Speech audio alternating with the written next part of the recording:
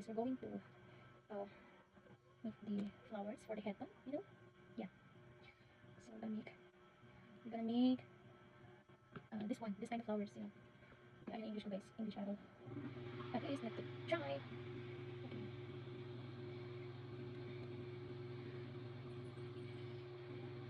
Ayan. Okay. So, done tayo guys sa isang flower. We're done. So, we're gonna make two pa. Ay. We're gonna make two. Because ito yung ilagay natin dito. Okay. Just, ito lang yung ginagamit ko. Pinagdidikit ko yung dalawang stick glue. Parang ganda yung petal niya. Sakto lang. Hindi malaki. Hindi rin maliit. Sakto lang. Ano lang. Ganun guys, ito yung flower.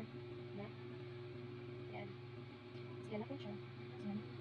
Pag natutunan naman kayo nito, mag-enjoy ako. Mas madali naman din para sa inyo. Ano lang siya sa kami. Tatandaan nyo lang talaga siya. Pangarapin. Because, we need to learn, no? Hindi naman bigla ka lang naman natin. So, talaga, kailangan kasi yung kamay mo, hindi rin mabigat. Kasi mo, nasa mga yung bend, ginagawa mo ang bulak-bulak. Ganun sa okay. So, another one, last one. Igamit total this one. Oh, total. Ay, guys, sila na siya. Kasi naman, madami tayong pinagdaanan itong sa atin. Ganun talaga. Kailangan maging matatag. Just like us. Kasi ako makausap eh. Kaya natin na makausap ko. Kahit walang response. Yan, di ba?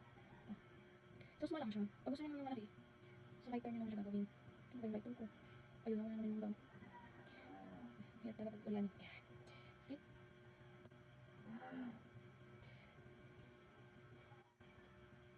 Sa ating dollar ko.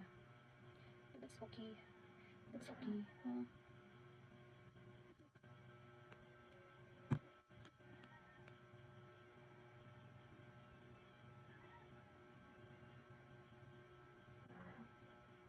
ready na yung tatlo natin flowers. So, we're gonna find ano yung pinaka. Ito guys, may napakang yellow.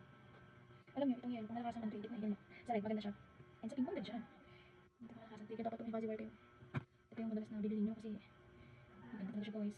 Pangit-ngit na ako yun. Oh.